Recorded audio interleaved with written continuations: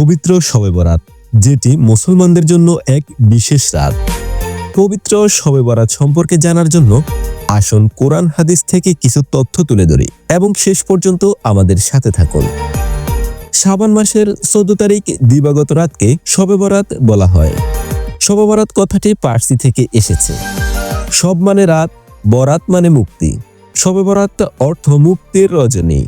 শবে বরাত এর আরবি হলো লাইলাতুল বারাত।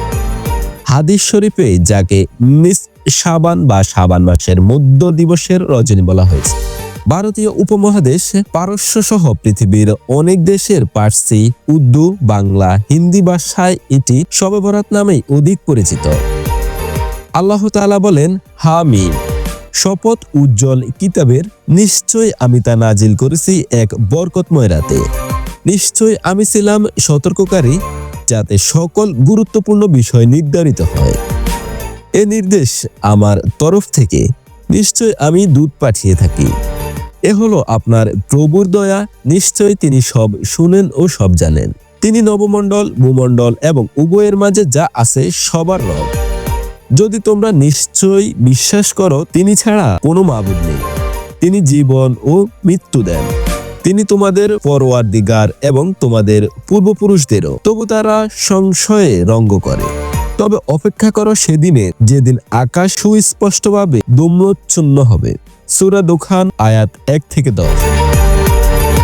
হযরত ইকরিমা রাদিয়াল্লাহু প্রমুখ কয়েকজন তাফসীরবিদ থেকে বর্ণিত সূরা দুখানের 2য় আয়াতে লাইলাতুল মুবারাকা বা বরকতময় রজনী বলে শাবান মাসের পূর্ণিমা রাতটিকেই বোঝানো হয়েছে।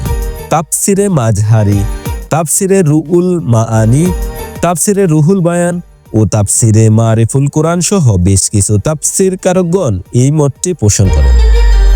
হযরত মুয়াজ ইবনে জাবাল রাদিয়াল্লাহু থেকে বর্ণিত, নবী করিম সাল্লাল্লাহু আলাইহি ওয়াসাল্লাম বলেন, আল্লাহ তাআলা অর্ধ শাবানের রাতে মাখলুকাতের দিকে রহমতের দৃষ্টি দেন এবং মুশরিক ও বিদ্বেষ পোষণকারী ছাড়া আর সবাইকে ক্ষমা করে দেন। এই হাদিসটি সিয়াসিত্তার অন্যতম কিতাব ইবনে মাজাহ শরীফে এসেছে। এছাড়াও আর একটি হাদিসে এসেছে, হযরত আয়েশা সিদ্দিকা রাদিয়াল্লাহু তাআলা থেকে বর্ণিত, একবার রাসূল সাল্লাল্লাহু আলাইহি সাল্লাম নামাজে দাঁড়ালেন এবং দীর্ঘ সিজদা করলেন। তিনি বলেন, আমার ধারণা হয়েছিল তিনি মৃত্যুবরণ করেছে। আমি তখন উঠে তার পায়ের বৃদ্ধাঙ্গুলি নাড়া দিলাম। তার বৃদ্ধাঙ্গুলি নড়ল। তিনি সিজদা থেকে উঠলেন এবং নামাজ শেষ করে আমাকে লক্ষ্য করে বললেন, হে আয়েশা, তোমার কি আশঙ্কা হয়েছে?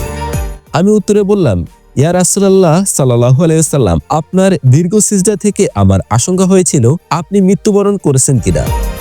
নবী করিম সাল্লাল্লাহু আলাইহি ওয়াসাল্লাম বললেন, তুমি কি জানো এটা কোন রাত? আমি বললাম, আল্লাহ ও তার রাসূল ভালো জানেন। তখন নবীজি সাল্লাল্লাহু আলাইহি ওয়াসাল্লাম বললেন, এটা হলো অর্ধ শাবানের রাত।